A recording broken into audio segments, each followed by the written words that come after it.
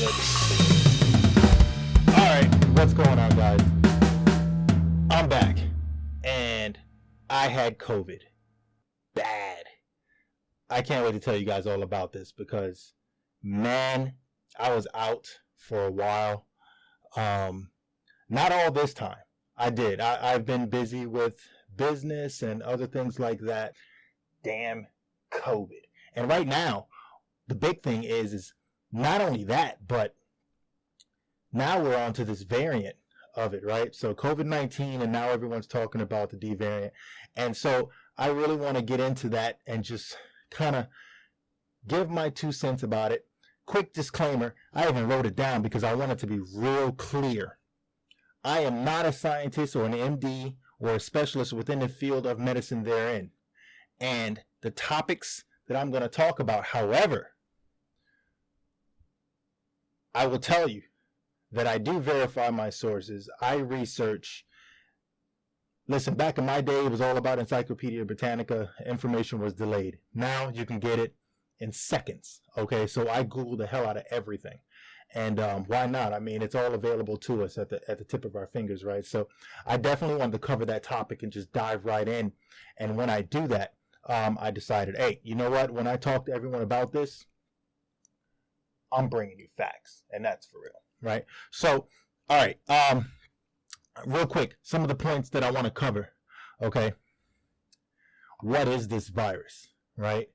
The origin of the virus, right? We only know what we're told, of course, right? Going from there, you know, the virus, it becomes a pandemic. So what is a pandemic, right? What leads up to that? So I'm going to get into some of those things. I'm going to talk about what it did to me, right? Last time I did a video was December. We're already August, right? This is crazy. But that's not all COVID. That's business too. I've been really tied up with business as the economy flipped. You guys know me for being very much a common sense guy, researching things and just putting it all together and really looking for your opinion. And so I'm going to dive right in. And the topic that I really wanted to focus on was this COVID-19, right? I've been getting into debates with people left and right about this thing. And it's like, it's crazy because we're becoming sheep in the sense of the information that's given to us, right? And it's being very politically and media driven. And that's not fair to the average person out there. I mean, right now over in Europe, it's crazy. The rioting and everything that's happening in Italy and in Spain, it's jacked up. And it's like, all right, so are we actually paying attention and understanding science and doing our research and really knowing the sources and their intentions, not their opinions, an actual theory, an actual hypothesis that makes sense? This is what science is all about, right? So you develop a hypothesis, and that's based on facts and research, right? And until you have that, you're simply expressing your opinion, right? And that's not enough, okay? So I start off by, you know, what is this virus? It is an RNA type virus. Now, I remember in school, okay, you have RNA, you have DNA. Now, RNA means that it mutates, okay? And the shortest, simplest form that I can explain. I'm not a scientist, okay? And nor am I trying to take the seat of one. I have much respect for you guys, okay? However, I understand that DNA is fixed, okay? We have DNA. We do not have RNA, correct? All right, so this virus is an RNA virus, okay, which means that it is going to constantly evolve. They like to compare it to the flu. This is not a flu. This is a badass virus, okay? I know it's a virus, all right, but I'm speaking loosely here, all right? So let's get past that. The point of the meat and potatoes here is that this is going to continuously change. Okay, so let's drop the media for a second. Let's stop listening to these elected officials who are speaking about something they're way off the cuff about. Okay, that's like talking to my mechanic about my freaking nutrition. Wrong answer. Dude, fix my car. Okay, that's what I want you to do. Okay, so the funny thing is, you know, no one knows where it came from. They want to say they want to throw China under the bus. I don't. I'm a strong believer in reading and doing my own research of the information that's out there and putting common sense together. Okay, so when I talk about stuff like that, I'm talking about health, I'm talking about diet, I'm talking about exercise, I'm talking about doing the things that make sense, that keep us strong, and we're capable of surviving, right?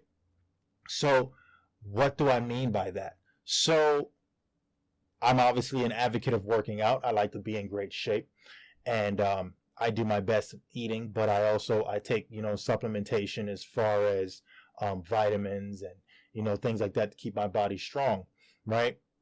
So in and out, okay, as well as hygiene. Hygiene is important too. And, you know, the virus, I understood that anyone could be carrying this virus, right? So I get the mask thing, right? What I disagreed about the mask thing is that's not the only entry point. Like a lot of people wear masks and it's like, all right, but your nose, buddy.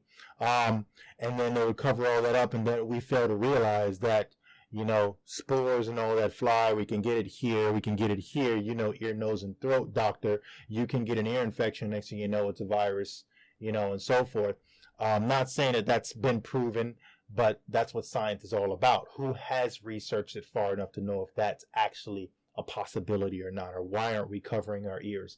But it's so funny with the face masks and shields and everybody wearing all these funky things and the gloves. You see people in the car by themselves wearing a mask, the shield, the mask, and gloves, driving in their own car all by themselves. And I'm like, oh my God, you're such a sheep, right? Anyway, I get it. You want to be safe. So it's kind of hard to make fun and point the finger at you. But come on, right? So I got it, right? And man, let me tell you what that was like. First of all, everything they're saying about how to recover is 100% true. You want the sun. You want to sweat it out. You want to drink as many fluids as possible. And I overcame a step additional that I didn't hear anything about. I just did it on my own because of my own experiences. Okay.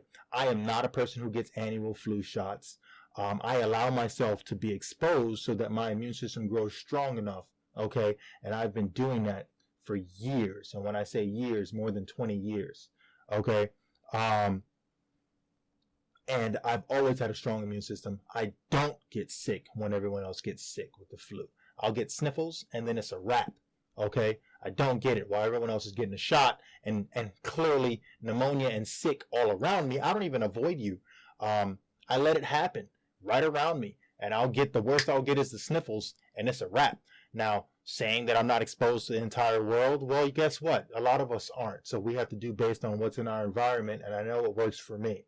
Okay, so be that some sort of naivety or whatever you want to call it. Everyone likes to put a name on somebody and blame, and call someone this and call someone that. Guess what? You live your life, I live mine, right? And I'll tell you right now that I've been doing pretty good so far. Okay, so I got hit with it, right? It's before the vaccines were even available. To anyone my age. And so the first week it was practically no energy. And when I noticed it, normally I'll just have, you know, I'll have a latte every day, which is an espresso with almond milk. That's what I do. Nothing else added to it, no sugar, nothing crazy. It's enough sugar and almond milk anyway. And so I noticed I needed another one. So I was doing like 2. And I'm like, whoa, my energy's low. And this was like a Wednesday. So when it happened, right? I was exposed on a Tuesday. I know that for a fact, right? So Wednesday, okay? So my energy was low. I was like, this sucks. This really sucks. And so Thursday, it really came down. And I noticed that I actually needed a nap. I never take naps, okay? So that was awkward. So I take a nap in the middle of the day, and then the cold sweats hit me, right? Friday, Saturday, Sunday, low energy, cold sweats, fever began, okay, and body aches while sleeping. I mean, like, it didn't matter what position I laid in, dude, it hurt. It hurt bad, okay? So let me tell you, I kept going through that, and I'm experiencing it, and you know, you don't know what you don't know. So I'm taking ibuprofen, and I'm chugging vitamin water, I'm chugging Gatorade, right? And I'm trying to get past it. The ibuprofen is helping a little bit, as far as the fevers and so forth. You know, that's what it's good for. It's breaking down the fever, and sometimes reducing inflammation and stuff like that, right, in the body.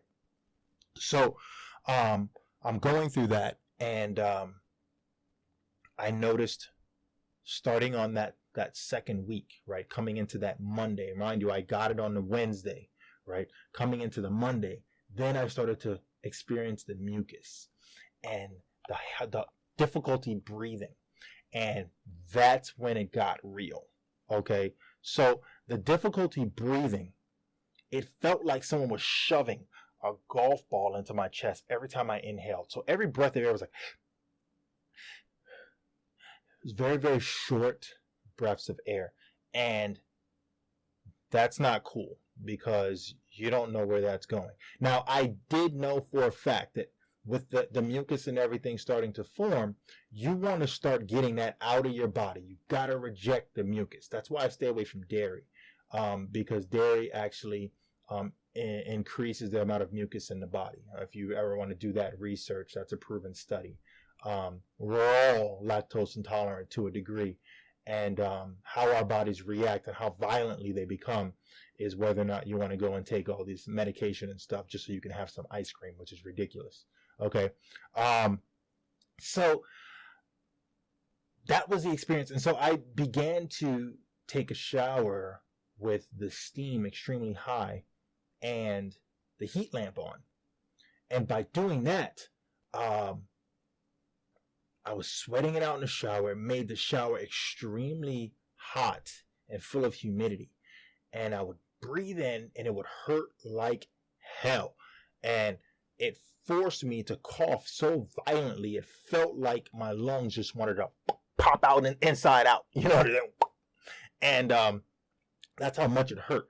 And so I was doing that ritually at least 2 to 3 times a day, especially right before bed.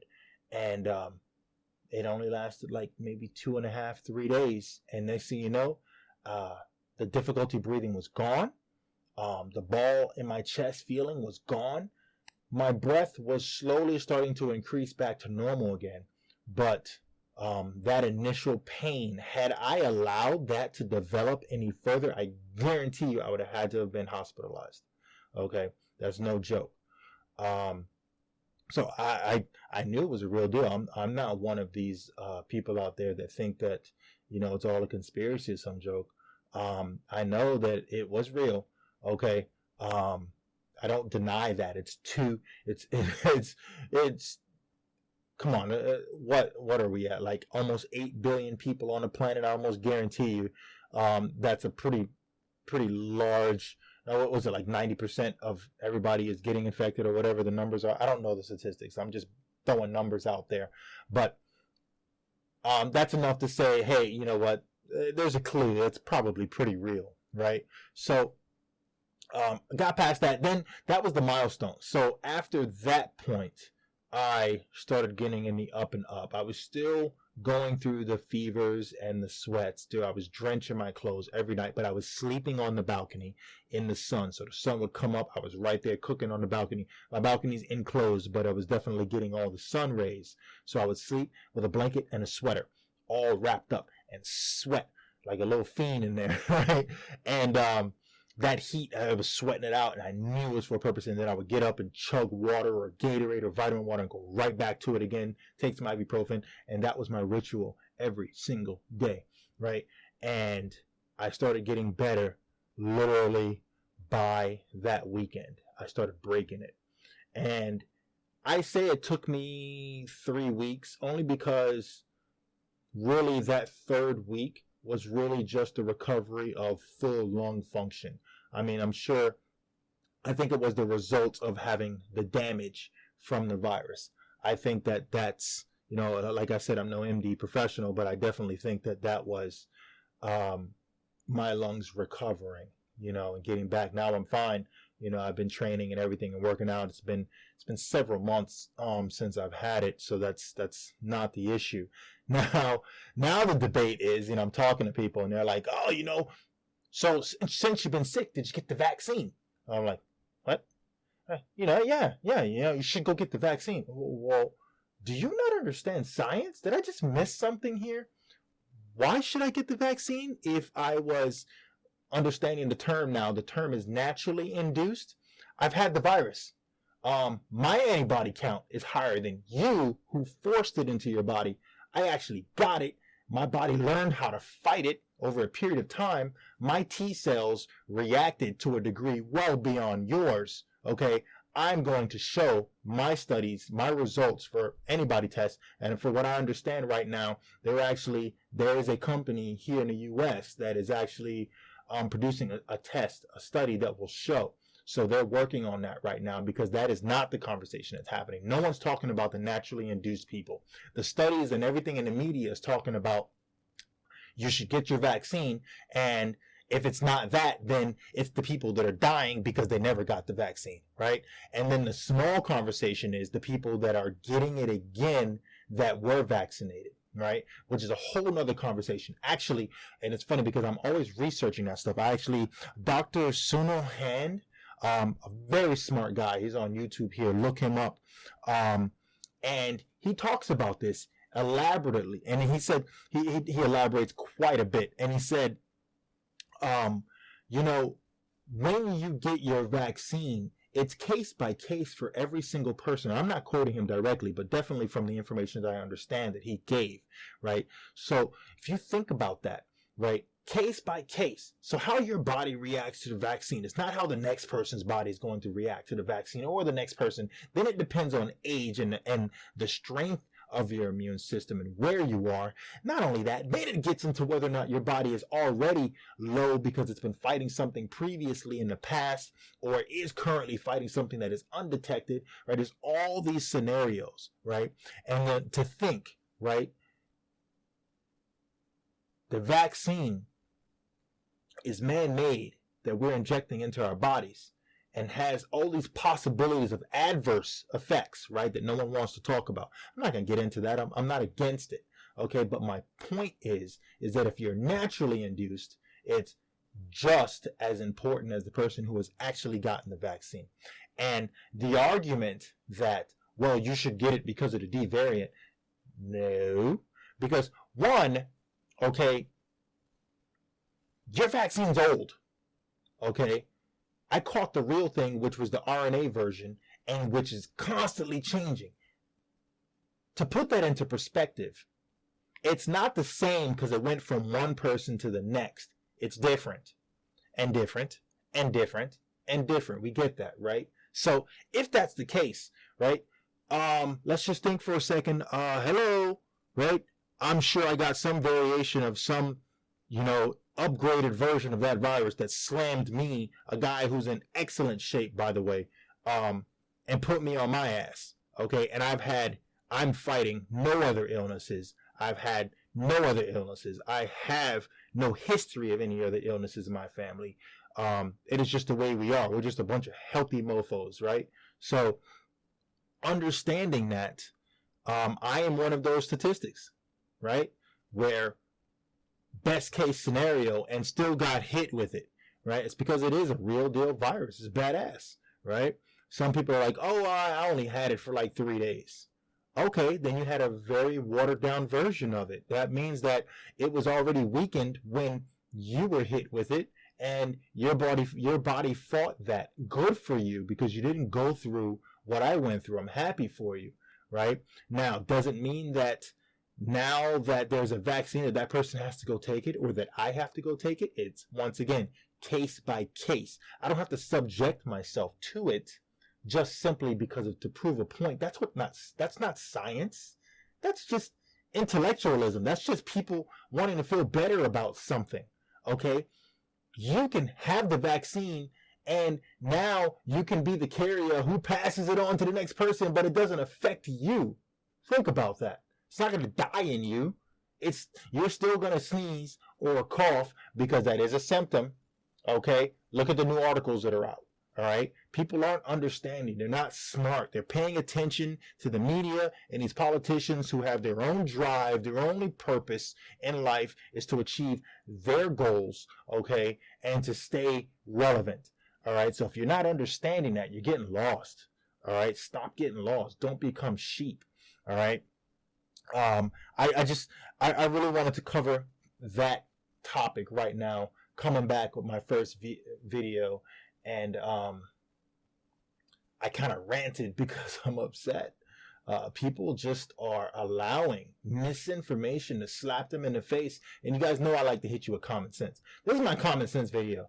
My hello, I'm back. Where's your common sense video? I'll see you guys. I'm going to drop some more stuff on a timely basis. I got to get back in the routine of this. But I had to drop that knowledge about the vaccines and, you know, some of the doctors that I've been researching and understanding this stuff, and just get people to open their minds a little bit, right? And get past it. Let's get smarter about this whole thing. Let's join up and do some research. All right, guys. Hey, I'll see you later.